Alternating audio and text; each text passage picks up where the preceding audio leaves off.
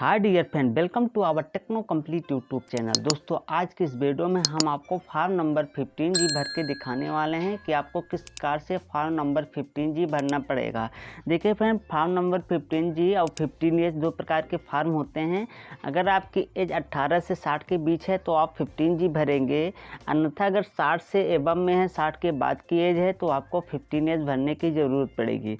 और आपको important information बता रहे हैं, पीएफ विड्रॉल से रिलेटेड हम हर तरह के वीडियो बनाए हैं और हमारे इस चैनल को सब्सक्राइब कीजिए और प्लेलिस्ट में जाकर देखिए। पीएफ से related A to Z video मिलेंगे, ट्रांसफ़र KYC विड्रॉल और भी अन्य तमाम प्रकार के एग्जिट वगैरह KYC वगैरह सब प्रकार के वीडियो मिलेंगे और वहां से आप देख सकते हैं। आप थर्ड पार्टी ऐप से कर सकते हैं, यानी उमंग ऐप से कर सकते हैं, वेबसाइट से कर सकते हैं, CSC से भी जा कर के कर सकते हैं। तीनों प्रकार के हम वीडियो बनाए हैं, हमारे चैनल को प्लीज़ सब्सक्राइब करके जाके भी देख सकते हैं।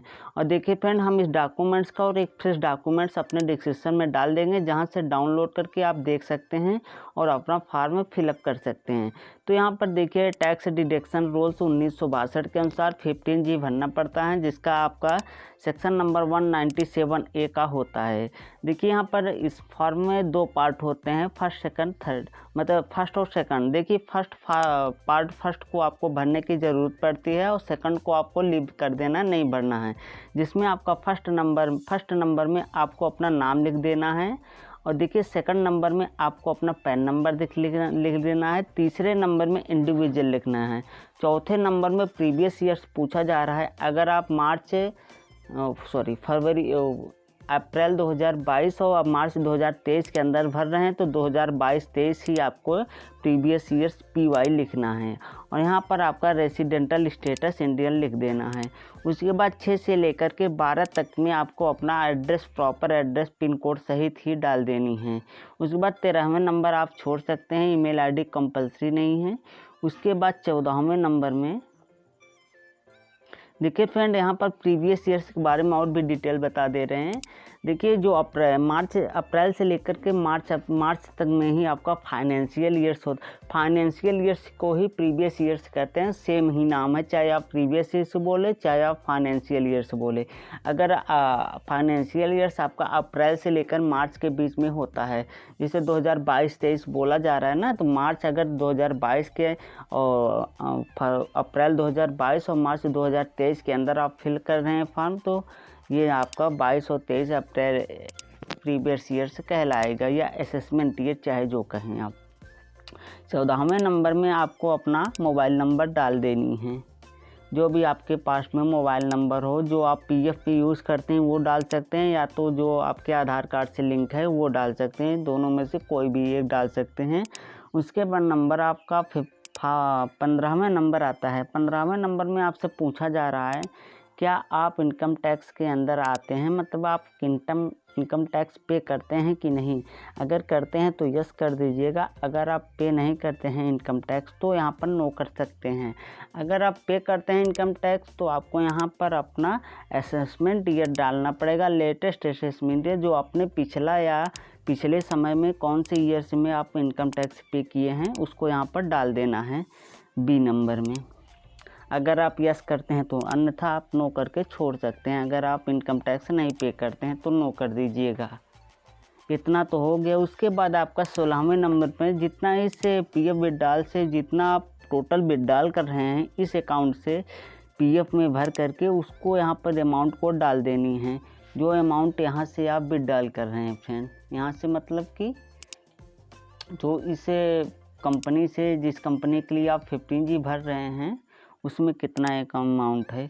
उसके बाद estimated total income in previous years in which income maintained, मतलब कि प्रीवियस ईयर्स में टोटल कितना अनुमानित कितना इनकम हुआ उसको यहाँ पर डाल देनी है। एस्टिमेटेड इनकम, टोटल इनकम, अनुमानित कुल आय इन प्रीवियस ईयर्स, 2022-23 के अंदर आपकी कुल आय कितनी थी, मतलब 2, 3, 4 कंपनी पूरी से कंपनियों सहित आप ऐड कर सकते हैं। उसके बाद यहाँ हम टोटल इनकम दे सकते हैं। आप वहाँ से PF के पासबुक से जा कर के देख सकते हैं। PF पासबुक कैसे देखते हैं ये भी हमने बताया है, कैसे आप उसको डाउनलोड करते हैं ये भी बताया। 18वें नंबर पे अगर आप इस फार्म के अलावा कोई अदर फार्म भी भरे हैं 15G नंबर फार्म, तो यहाँ आप उसको डाल सकते हैं, 0 से लेकर के जितना भी डाल सकते हैं डाल सकते हैं। अगर आप इस फार्म के अलावा कोई और फार्म नहीं भरे हैं तो यहाँ आपको 0 लिख देना है, जैसे हमने लिखा है। इस फार्म के अलावा अन्य नहीं भरा है तो 0 लिख देना। अगर भरा है तो यहाँ पर 1 2 3 लिखने के बाद उसके डिटेल्स को देना है, कौन कितने नंबर भरे हैं, 1 नंबर की, 2 नंबर, 3 फॉर्म की, उसके बाद उसमें कितना अमाउंट भरा है यहाँ पर आपको डाल देनी है। Create amount in form number 15G field, कितना अमाउंट भरा है। उसके बाद number two details of income, total कितना इनकम है डिटेल्स का यहाँ पर आपको डाल देनी है। अगर आप 0 करते हैं तो यहाँ पर 0 डालने के साथ में तीनों स्थानों पर not applicable not applicable not applicable डाल देनी है फ्रेंड।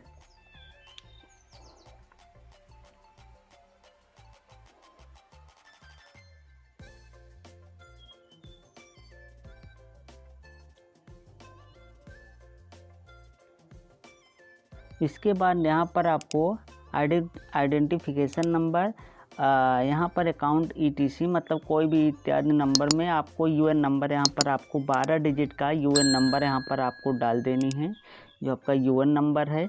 उसके बाद नेचर ऑफ विड्रॉल, मतलब यहाँ पर किस प्रकार का विड्रॉल है, तो PF विड्रॉल है, तो यहाँ हमको PF विड्रॉल डाल देनी है। सेक्शन कौन सा अंडर है, सेक्शन टैक्स के डिक्लेरेशन में यहाँ पर 197 ऑब्लिक मतलब कि 2 ब्रैकेट के अंदर 1A इसको आपको लिख देनी है। टोटल विड्रॉल अमाउंट कितना कर रहे हैं, अमाउंट फॉर इनकम, तो यहाँ आपको टोटल विड्रॉल का अमाउंट डाल देनी है। यहाँ आपको साइन कर देनी है। साइन करने के बाद यहाँ आपको डिक्लेरेशन फार्म भरना है या वेरिफिकेशन फार्म मतलब भरना है, तो यहाँ आपको अपना नाम डाल देनी है। नाम डाल देने के बाद देखिए यहाँ पर प्रीवियस ईयर्स एंडिंग ऑन, आपका प्रीवियस ईयर्स या फाइनेंशियल ईयर्स कौन से तारीख को एंड होता है, तो आपका प्रीवियस ईयर्स ये एंड होता है 31 मार्च 2023 को आपको प्रीवियस ईयर से एंड होता है। उसके बाद प्रीवियस ईयर्स एंडिंग ऑन 31 मार्च 2022 दोनों स्थान पर यही डाल देनी है। और देखिए असेसमेंट ईयर पूछा जा रहा है। असेसमेंट ईयर उससे वो होता है जो आपका प्रीवियस ईयर्स या फाइनेंशियल ईयर्स के बाद का ईयर होता है। जैसे हमारे लिए प्रीवियस ईयर्स है या फाइनेंशियल ईयर्स है 2022-23, तो उसके बाद का 23-24 ही हमारा असेसमेंट ईयर होगा, 1 साल बाद का। मतलब कि देखिए फाइनेंशियल ईयर्स होता है 2022-23 हमारे लिए, तो 2023-24 असेसमेंट ईयर होगा। तो अगर आप समझ गए हैं तो यहाँ आप प्लेस लिख दीजिए, नीचे डेट लिखने के साथ में ही यहाँ बगल के सिग्नेचर आफ्टर डिक्लेरेंट, यहाँ पर आप अपना साइन कर सकते हैं। और ये सब्सक्राइब माय चैनल का लोगो है, तो अगर आपने अभी तक मेरा चैनल सब्सक्राइब नहीं किया है तो फ्रेंड प्लीज़ रिक्वेस्ट है कि सब्सक्राइब ज़रूर करें। अगर देखिए फ्रेंड आपको विश्वास हो तो हम आपका PF विड्रॉल करके पूरा का पूरा अमाउंट आपको क्रेडिट कर सकते हैं आपके अकाउंट में। आप अपने डिटेल्स को हमारे साथ शेयर कीजिए, आप हमारे से ईमेल से कांटेक्ट कीजिए, हम सारा का सारा डिस्क्रिप्शन में डाल देंगे, तो हम आपको PF विड्रॉल करके दे सकते हैं। आपका फुल PF विड्रॉल हो जाएगा। PF विड्रॉल से रिलेटेड कोई भी मतलब कि टॉपिक हो उस पर हम आपको बता सकते हैं, कर सकते हैं काम आपका। तो फ्रेंड अगर आपने चैनल सब्सक्राइब किया है तो धन्यवाद। चलिए यहाँ पर प्रीवियस ईयर्स के बारे में बता देना चाहते हैं। अगर अप्रैल 22 से मार्च 23 के अंदर भर रहे हैं तो आपका प्रीवियस ईयर्स होगा 2022-23 असेसमेंट ईयर होगा। 1 साल बाद का प्रीवियस ईयर्स के 1 साल बाद का असेसमेंट ईयर होता है। और आपको एक बार केयरफुल होकर के इसको फिलअप कर लेना है फॉर्म, कहीं कोई गलती ना होने पाए आपसे फ्रेंड, इसलिए आपको केयरफुल होकर के देख लेनी है। असेसमेंट ईयर आपका 23-24 हो जाएगा। और प्रीवियस ईयर्स कब आपका एंडिंग होता है, 31 मार्च 2023 को आपका PY ईयर्स ही एंडिंग हो रहा है। यहाँ पार्ट नंबर 2 को नहीं भरेंगे, डू नॉट फिल, यहाँ आपको पार्ट नंबर 2 नहीं भरना है फ्रेंड, आपको पार्ट नंबर 1 ही फिलअप करके यहाँ पर आपको सबमिट करना है। ये आपका मतलब इंडिविजुअल के अलावा ये पार्ट नंबर 2 को भरना पड़ता है। जो कंपनियों के अंदर टैक्स डिडक्शन होते हैं उनके अंदर भरना पड़ता है। जैसे कोई कंपनी चला रहा है तो उसका TDS कट रहा है तो वो मतलब कि होता है। और इंडिविजुअल पर्सन के लिए पार्ट नंबर 1 ही फिलअप करना पड़ता है। इस प्रकार से आप पार्ट नंबर 1 फिलअप करके दे सकते हैं। अगर आपने मेरा चैनल सब्सक्राइब नहीं किया तो एक बार आपको और कह रहा हूँ कि प्लीज़ हमारे चैनल को ज़रूर से सब्सक्राइब कीजिए। थैंक यू फ्रेंड, मिलते हैं नेक्स्ट वीडियो में।